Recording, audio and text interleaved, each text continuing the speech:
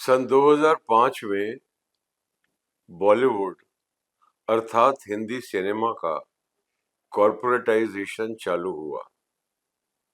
यानी कि सन 2005 के आसपास जिन्हें आज की भाषा में फिल्म कॉर्पोरेट्स कहा जाता है, जैसे कि Reliance entertainment, you TV, applause entertainment इत्यादि इत्यादि अनेकों कॉर्पोरेट्स का आगमन हुआ और एक नए युग का सूत्रपात हुआ। इसको अच्छी तरह समझने के लिए हमको एक फ्लैशबैक में जाना पड़ेगा।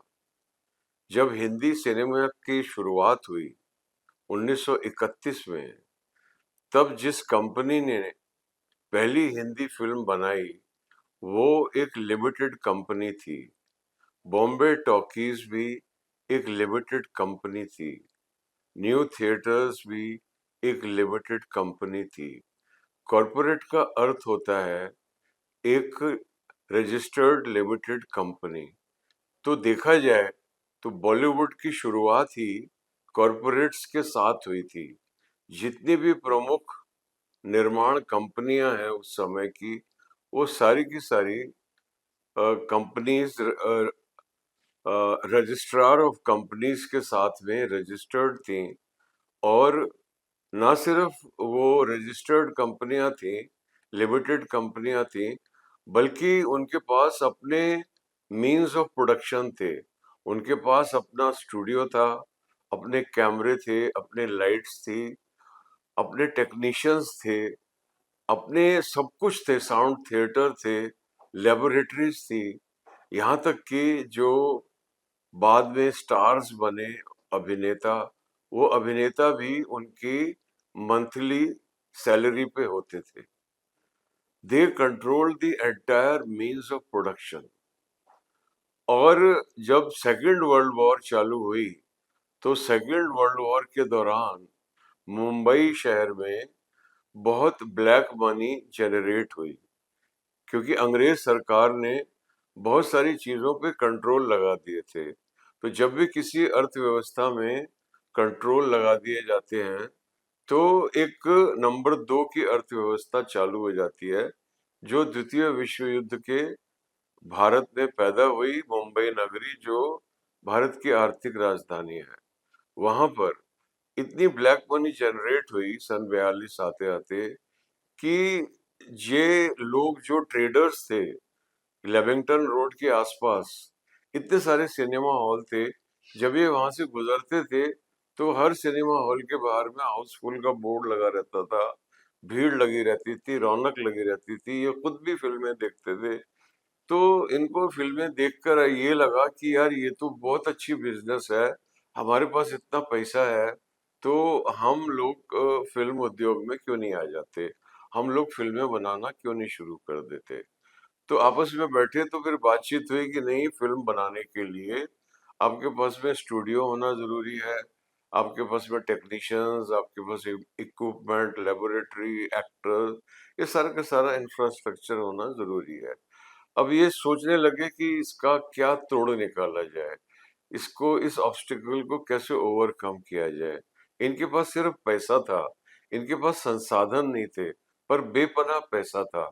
तो तिकड़म ये लगाई गई कि उस समय के सबसे बड़े स्टार थे अशोक कुमार, जो बॉम्बे टॉकीज का मैनेजमेंट भी संभाल रहे थे।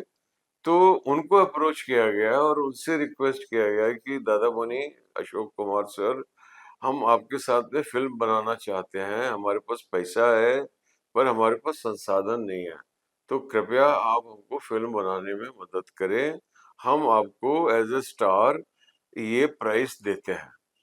तो ऐसे करके अशोक कुमार जी के साथ में स्टार सिस्टम की शुरुआत हुई। और जैसे जैसे स्टार सिस्टम आगे बढ़ा तो वैसे वैसे जो थे स्टूडियो सिस्टम का डिक्लाइन होता चला गया।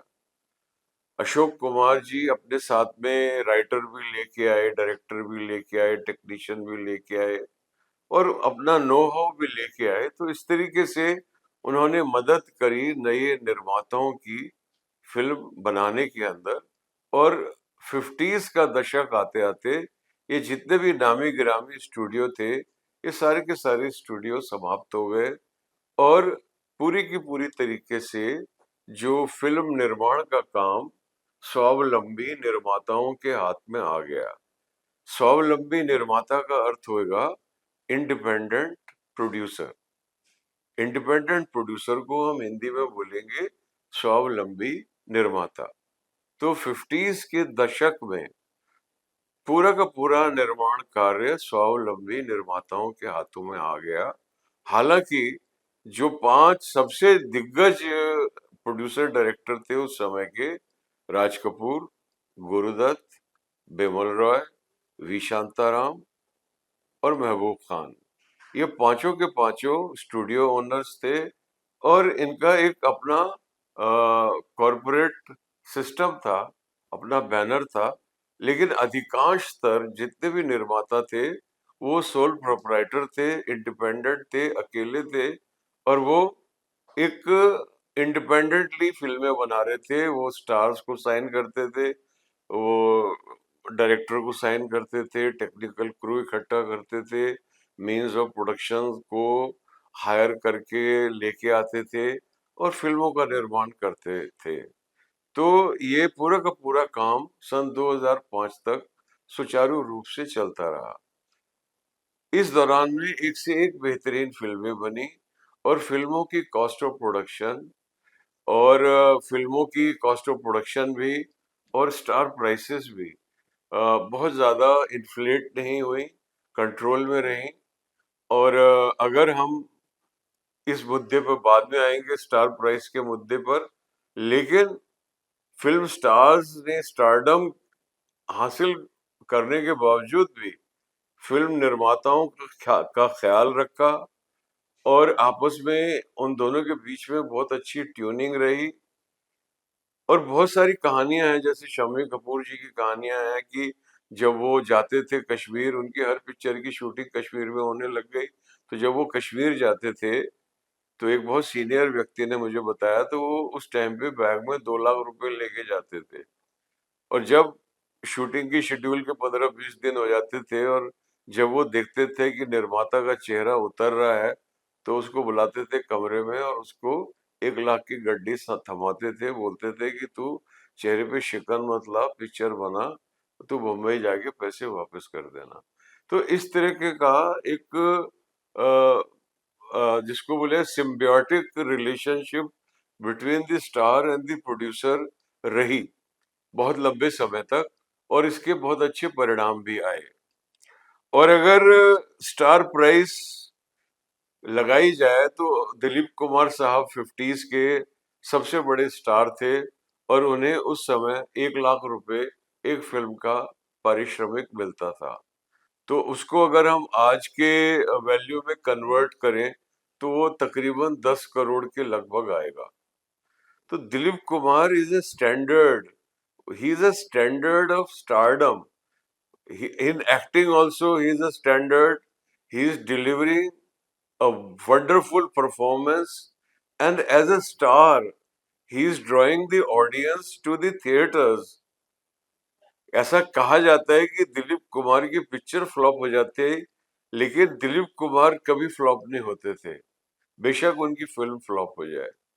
वो अपनी परफॉर्मेंस में इतनी डेडिकेशन, इतनी मेहनत लेके आते थे, इतनी सिंसियरिटी के साथ में वो काम करते थे कि अगर उनको सितार बजाना है तो वो सितार की रिहर्सल महीनों महीनों करते थे, रियाज करते थे, ताकि जब टेक होए तो वो परफेक्ट लगे। तो इसको कट शॉर्ट करते हैं कि दिलीप कुमार को हम एक स्टैंडर्ड एज अ स्टार ले सकते हैं कि यार उनकी स्टारडम भी अनक्वेश्चनेबल है और उनकी टैलेंट भी एज अ स्टार अनक्वेश्चनेबल है। तो ही वाज चार्जिंग, अगर वो आज के युग में काम कर रहे होते या आज के युग में दिलीप कुमार होता तो उसकी प्राइस 10 करोड़ रुपए होती और उस 10 करोड़ की प्राइस में दिलीप कुमार ना सिर्फ एक डिपेंडेबल परफॉर्मेंस दे रहे होते बल्कि पब्लिसिटी का खर्चा भी लगभग लगभग शून्य होता, क्योंकि सिर्फ उनका पोस्टर लगा देने से, एक रेडियो प्रोग्राम कर देने से लोगों को सिर्फ इतना पता लग जाए कि उनकी फिल्म आने वाली है तो फिल्म हाउसफुल हो जाती थी।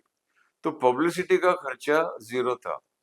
आज का जो स्टार है, वो सबको पता है इससे कई गुना ले रहा है और उसके बावजूद भी उसको सिनेमा हॉल में पब्लिक को लाने के लिए फ़िल्मों को प्रमोट करना पड़ रहा है। उसका एक एडिशनल खर्चा आ रहा है, जो कि लगभग-लगभग कॉस्ट ऑफ प्रोडक्शन के बराबर हुआ पड़ा है। कॉस्ट ऑफ प्रोडक्शन इन्फ्लेट हुई पड़ी है, जिसकी वजह से पूरा का पूरा जो जहाज़ है, वो डामाडोल है। और इसको किस तरीके से इसको इस तूफ़ान को शांत किया जाए, ताकि फ़िल्म उद्योग एक वही के वही कंफर्ट लेवल में आ जाए। तो इस पर हम लोग ध्यान लगा रहे हैं लगातार और इस पर हम आगे बढ़ेंगे अपने अगले एपिसोड में। धन्यवाद।